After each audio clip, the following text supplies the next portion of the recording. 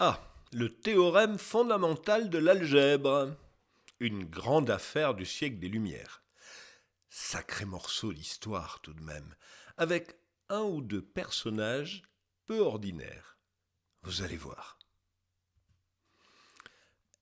Les rares parmi vous qui écoutent ces histoires dans l'ordre chronologique se souviennent que le premier énoncé se trouve dans ce livre, l'invention nouvelle en l'algèbre, tant pour la solution des équations que pour reconnaître le nombre des solutions qu'elles reçoivent, avec plusieurs choses qui sont nécessaires à la perfection de cette divine science, par Albert Girard Samiellois, c'est-à-dire natif de Saint-Mihiel en Lorraine. Toutes les équations d'algèbre reçoivent autant de solutions que la dénomination de la plus haute quantité le démontre, excepté les incomplètes. Ainsi, on peut donner 3 noms aux solutions, vu qu'il y en a qui sont plus que rien, d'autres moins que rien, et d'autres enveloppées, comme celles qui ont des racines de moins quelque chose ou des racines de moins 3 ou autres nombres semblables. En clair, si on compte les racines avec leur multiplicité, une équation polynomiale de degré n a n racines, qu'elles soient réelles, positives, négatives ou même complexes. 8 ans plus tard, c'est au tour de Descartes. Sachez donc qu'en chaque équation, autant que la quantité inconnue a de dimensions, autant il peut y avoir de diverses racines, c'est-à-dire de valeurs de cette quantité. Au reste, tant les vraies racines que les fausses ne sont pas toujours réelles, mais quelquefois seulement imaginaires, c'est-à-dire qu'on peut bien toujours en imaginer, autant que j'ai dit en chaque équation, mais qu'il n'y a quelquefois aucune quantité qui corresponde à celle qu'on imagine.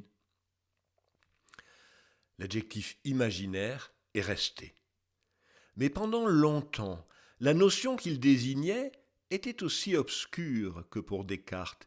Il faut attendre la fin du XVIIe siècle et l'invention du calcul intégral pour que les choses bougent. Vers 1700, la grande affaire de Leibniz et des frères Bernoulli est de recenser toutes les primitives qu'ils peuvent calculer. Et justement, un des 2 frères Bernoulli, Jean, a une idée.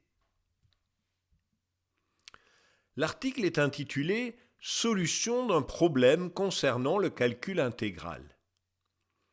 Ce problème est le suivant. Soit la différentielle P dx sur Q dont P et Q expriment des quantités rationnelles composées comme on voudra d'une seule variable x et de constantes. En clair pour nous, 2 polynômes. L'idée de Bernoulli est ce que nous appelons la décomposition d'une fraction rationnelle en éléments simples. Il sait que la primitive de 1 sur x moins a est ce qu'il appelle une intégrale logarithmique. Si a est réel, tout va bien. Si a est complexe, Bernoulli ne s'embarrasse pas pour si peu, et il traite l'intégrale de la même manière. Il termine par une pirouette. On voit que les logarithmes imaginaires se doivent prendre pour des secteurs circulaires réels, parce que la compensation qui se fait de ces grandeurs imaginaires, ajoutées ensemble, les détruit de manière que la somme en devient toute réelle. Quand Bernoulli écrit cela, la notion de logarithme imaginaire est loin d'être clarifiée. Euler s'en chargera 30 ans plus tard. Pourtant, l'intuition n'est pas mauvaise.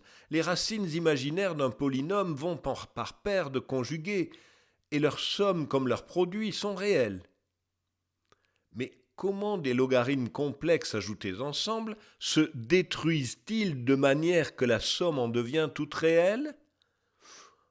En 1702, c'est encore très nébuleux. Écoutons Leibniz la même année. Il traite à peu près du même sujet que Jean Bernoulli, les primitives de fractions rationnelles.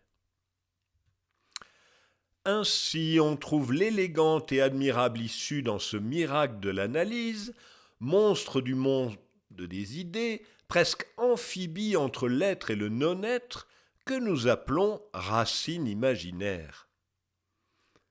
Leibniz est tellement peu familier avec ce monstre du monde des idées qu'il commet une énorme bourde vers la fin du même article. Il observe que x2 plus a2 racine de moins 1 multiplié par x2 moins a2 racine de moins 1, ça fait x4 plus a4. Certes, dit-il, x2 plus a2 racine de moins 1 est le produit de x plus a racine de moins 1 par x moins a racine de moins 1. Et pareil pour l'autre facteur. Pourtant, conclut-il, jamais on ne pourra combiner deux quelconques de ces quatre facteurs pour donner une quantité réelle, de sorte que x4 plus a4 ne sera jamais le produit de deux trinômes du second degré. Et donc la primitive de 1 sur x4 plus a4 ne se calcule pas par la méthode de décomposition à l'élément simple.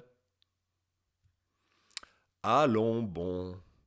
Certes, x4 plus a4 est bien le produit de x2 plus a2i par x2 moins a2i. Mais il suffit d'une manipulation élémentaire pour voir que c'est aussi le produit de deux trinômes réels, x2 plus racine de 2 à x plus a2 et x2 moins racine de 2 à x plus a2. Et tout le monde peut se tromper, même Leibniz. Mais tout de même, comment expliquer qu'un des plus grands génies de tous les temps ait pu passer à côté d'un calcul aussi élémentaire ? Leibniz bouillonnait d'idées en permanence, pressé par ses correspondants et par les multiples inventions qu'il menait de front. C'est vrai. Mais il faut aussi conclure que la notion de nombre complexe n'était certainement pas aussi claire de son temps qu'elle l'est de nos jours. Voici la même bourde dans une lettre que Nicolas Bernoulli, le neveu de Jean et Jacques, adresse à Euler le 24 octobre 1742. Le polynôme est légèrement plus compliqué, mais il admet toujours 4 racines imaginaires que Bernoulli détaille. 1 plus ou moins racine carrée de 2 plus ou moins racine carrée de moins 3. Et Bernoulli affirme qu'il n'admet aucun facteur réel.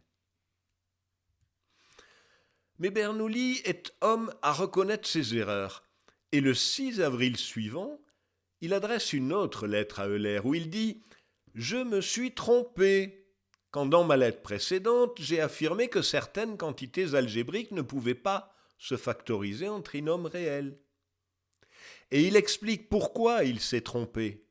C'est parce qu'il a suivi une méthode de décomposition, celle de Descartes, sans penser qu'une autre décomposition pourrait donner des résultats différents. Pourquoi donc est-ce que tout le monde s'acharne à faire de Nicolas Bernoulli le vilain petit canard de la famille ? Regardez ce que dit Euler 7 ans après ses lettres. Un très savant géomètre me proposa autrefois cette équation par laquelle il voulait prouver que la résolution en deux facteurs réels n'était pas toujours possible. Et en effet, il paraît d'abord fort difficile de combiner ces 4 facteurs simples imaginaires 2 à 2, tellement que leurs produits deviennent réels. D'abord, ce n'est pas l'équation que lui avait envoyée le très savant géomètre. Ensuite, Euler oublie de dire que Bernoulli avait reconnu son erreur. Évidemment, pour aussi compliquée qu'elle soit, Euler trouve la solution. Dans cet article se trouve d'ailleurs une démonstration correcte pour le degré 4. Tout polynôme à coefficient réel de degré 4 qui n'a pas de racine réelle s'écrit comme produit de deux trinômes réels du second degré. Eh bien, ce résultat restera le seul effectivement démontré avant la fin du siècle. Pourtant, les affirmations et les tentatives ont été nombreuses. Euler lui-même était beaucoup plus ambitieux. Toute équation, sous-entendu polynomiale, ne pouvant être résolue en des facteurs simples réels, a toujours des facteurs réels du second degré. C'est bien le théorème fondamental de l'algèbre, et en plus sous la forme qui est utile pour l'intégration. Cependant, personne, à ce que je sache, n'a encore démontré assez rigoureusement la vérité de ce sentiment. Je tâcherai donc d'en donner une démonstration qui ne soit assujettie à aucune exception. Aucune exception, hein? Résultat certainement, mais la démonstration c'est moins sûr. Comme d'habitude chez Euler, l'idée est aussi simple que brillante. Si tout polynôme réel de degré 2 puissance n s'écrit comme produit de deux polynômes de degré 2 puissance n-1, alors le tour est joué, par récurrence. Voilà pourquoi il commence par les polynômes de degré 4. Et là où ça se gâte, c'est que les arguments qui fonctionnent bien pour le degré 4 ne sont plus du tout évidents pour les degrés supérieurs. Quant à l'affirmation « personne que je sache n'a encore démontré assez rigoureusement la vérité de ce sentiment », il y a quelqu'un à qui elle n'a pas du tout fait plaisir. Ce quelqu'un, c'est d'Alembert, parce que lui, il est bien persuadé de l'avoir démontré assez rigoureusement la vérité de ce sentiment. Ce qui a dû mettre d'Alembert d'autant plus en rage, c'est de repenser à la lettre qu'Euler lui avait envoyée le 26 décembre 1746, après avoir lu son mémoire. J'ai lu avec autant de fruit que de satisfaction votre dernière pièce, dont vous avez honoré notre académie. La manière dont vous prouvez que toute expression xn plus axn-1, etc. égale 0, qui n'a point de racine réelle, en doit avoir une de cette forme, p plus ou moins q racine de moins 1, et que par conséquent elle doit avoir un facteur de cette forme, x2 plus alpha x plus bêta, me satisfait pleinement.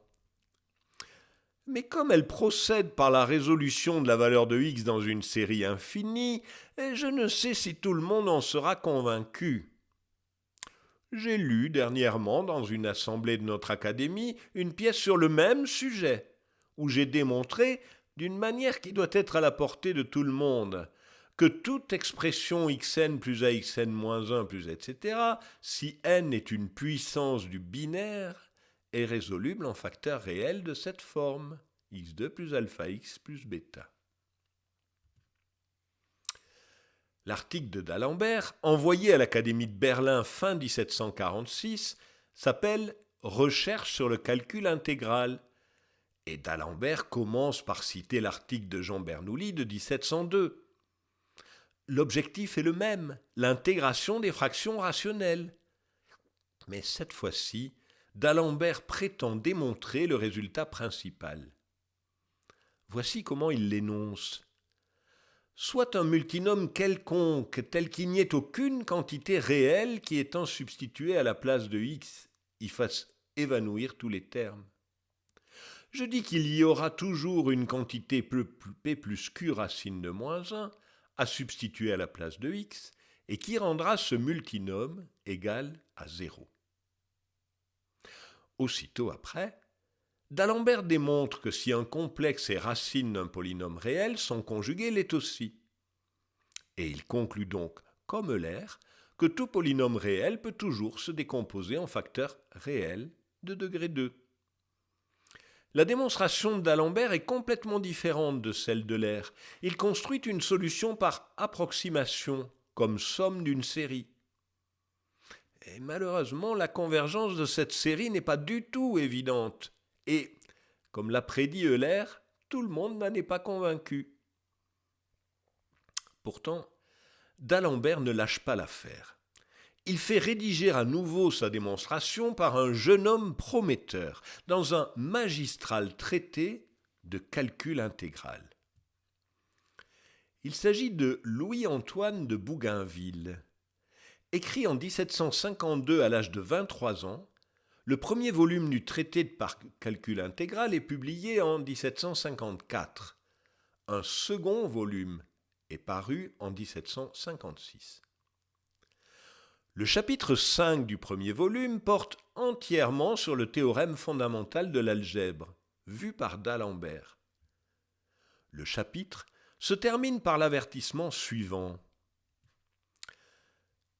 La théorie précédente sur les imaginaires est tirée d'un mémoire de M. d'Alembert qui se trouve dans le second volume des Mémoires de l'Académie de Berlin, année 1746. J'ai étendu ces démonstrations et je leur ai donné la forme que j'ai crue la plus propre pour les mettre à la portée de tout le monde. Je confirme, la rédaction de Bougainville est beaucoup plus facile à lire que celle de d'Alembert.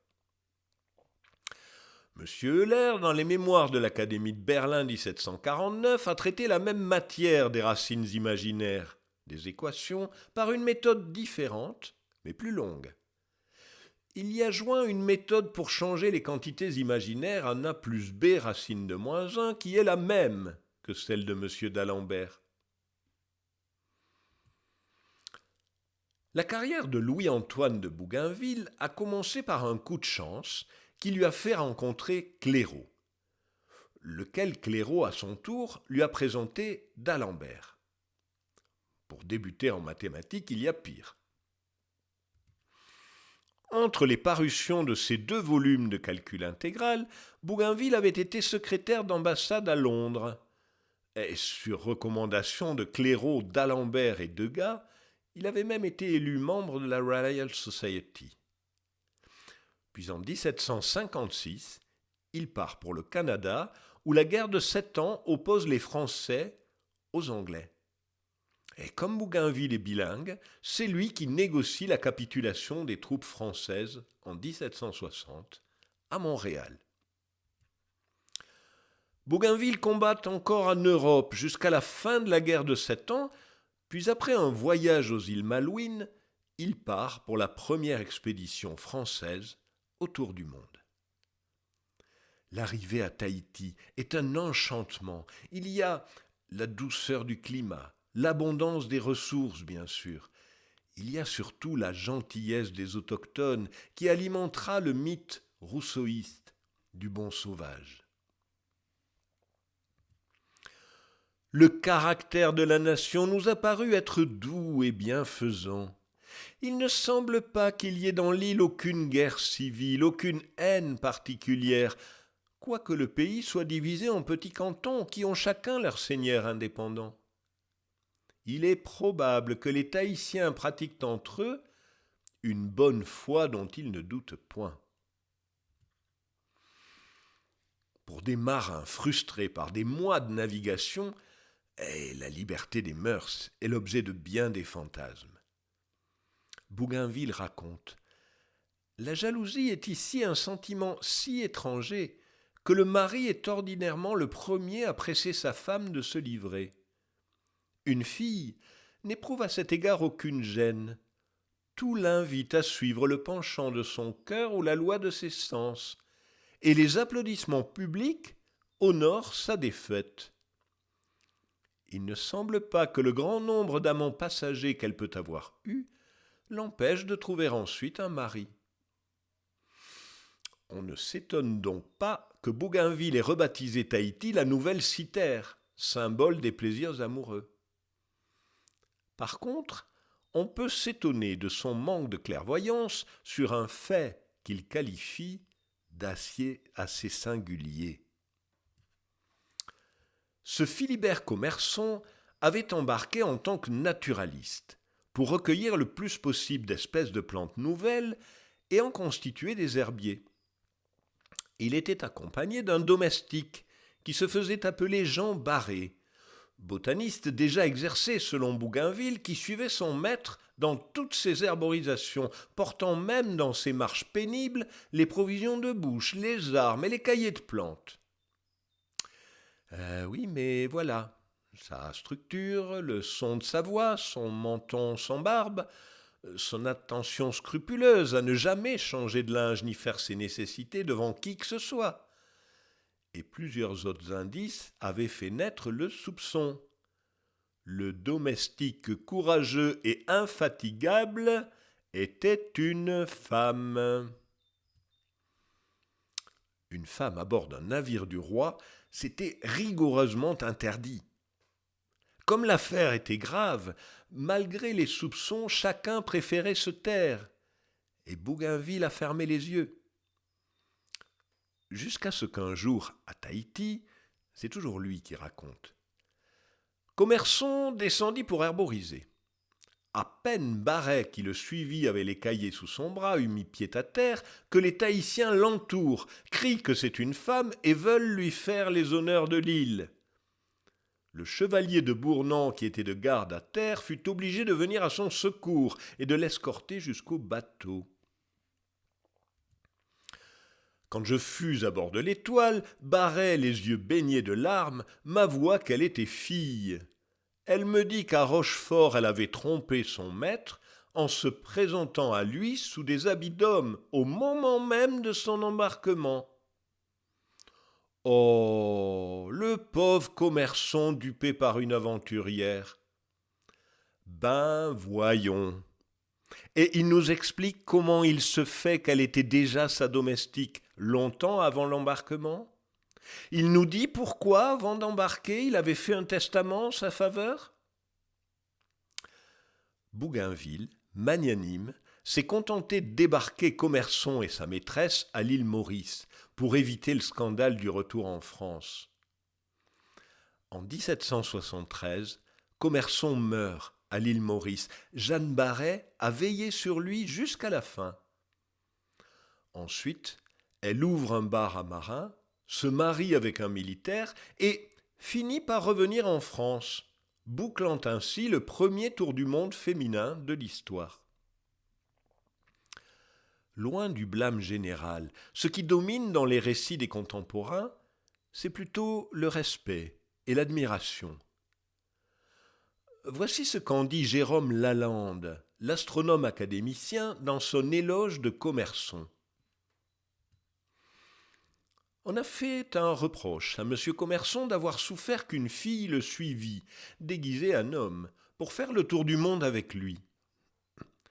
Mais le courage infatigable avec lequel elle le suivait et le servait dans ses pénibles expéditions prouve qu'il ne pouvait se choisir un meilleur domestique. Et la discrétion singulière avec laquelle elle resta inconnue pendant plus d'une année sur le vaisseau prouve qu'elle n'avait ni les défauts que l'on reproche à son sexe, ni les agréments qui pouvaient rendre suspect ce déguisement. Mouais, peut-être. Toujours est-il que Commerson devait une fière chandelle à Bougainville pour avoir fermé les yeux.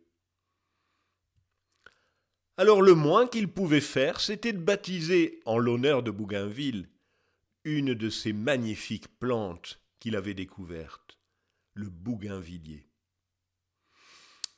Bien, bien, nous voici rendus un peu loin du théorème fondamental de l'algèbre, vous ne trouvez pas ?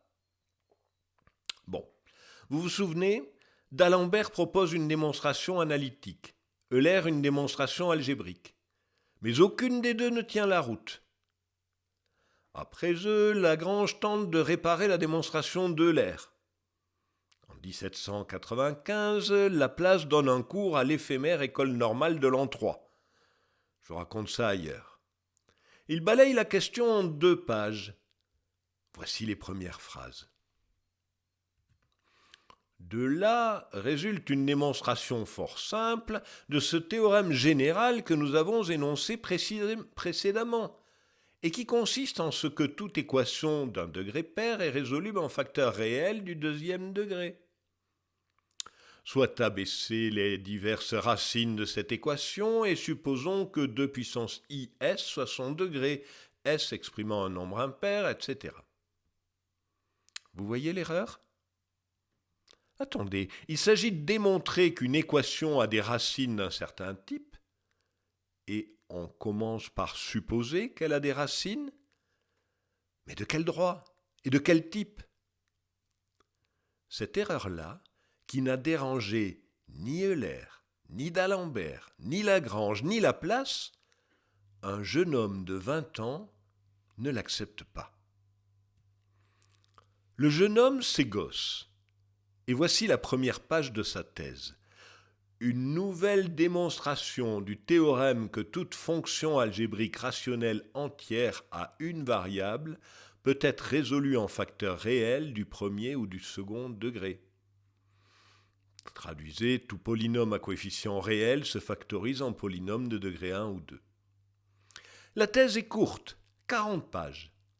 Sur ces 40 pages, Gauss en consacre plus de la moitié à une analyse des démonstrations de d'Alembert, Euler et Lagrange, en détaillant les raisons pour lesquelles aucune de ces démonstrations n'est acceptable. Mais avant, il expose l'erreur fondamentale consistant à ne pas définir ce que l'on entend par racine d'une équation. Au passage, admirez la maîtrise et l'absence de complexe de Gauss qui explique posément, à 20 ans, que tous ses prédécesseurs ont dit n'importe quoi. Certains auteurs qui semblent percevoir la faiblesse de cette méthode supposent comme un axiome qu'une équation a des racines, sinon possibles, alors impossibles. Ce qu'ils entendent par quantité possible ou impossible n'est pas établi avec assez de clarté. Si possible signifie la même chose que réel et impossible la même chose qu'imaginaire, alors cet axiome ne peut pas être admis, mais demande nécessairement à être démontré. Pourtant, il ne semble pas que ces expressions soient comprises ainsi, mais plutôt que le sens de l'axiome soit le suivant. Bien que nous ne soyons pas encore certains que m quantités réelles ou imaginaires satisfassent une équation de degré m, alors l'alternative resterait ouverte que nous puissions dire que les autres sont impossibles. Si quelqu'un souhaite utiliser cette phrase, plutôt que de dire que l'équation en ce cas n'a pas autant de racines, je n'ai pas d'objection. Mais s'il utilise ces racines impossibles comme quelque chose de factuel, par exemple pour dire que la somme de toutes les racines de l'équation xm plus axn-1, etc., est égale à -a, même si certaines d'entre elles peuvent être impossibles, ce qui signifie réellement même si certaines sont manquantes, alors je ne peux aucunement approuver. Neutiquam probare.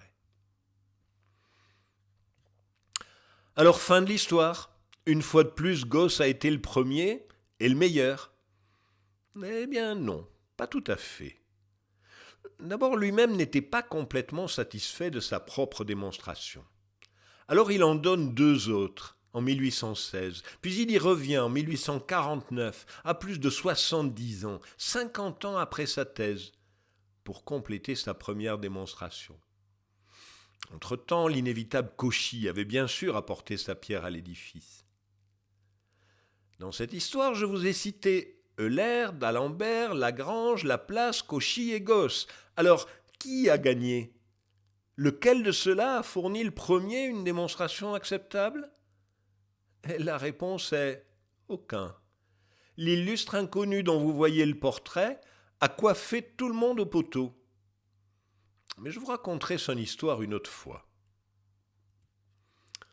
Pour rêver un peu, repartons quelques instants pour Tahiti, bercé par le récit de Bougainville. Cette habitude de vivre continuellement dans le plaisir donne aux Tahitiens un penchant marqué pour cette douce plaisanterie, fille du repos et de la joie. Il semble que la moindre réflexion leur soit un travail insupportable et qu'ils fuient encore plus les fatigues de l'esprit que celles du corps. Le paradis sur terre.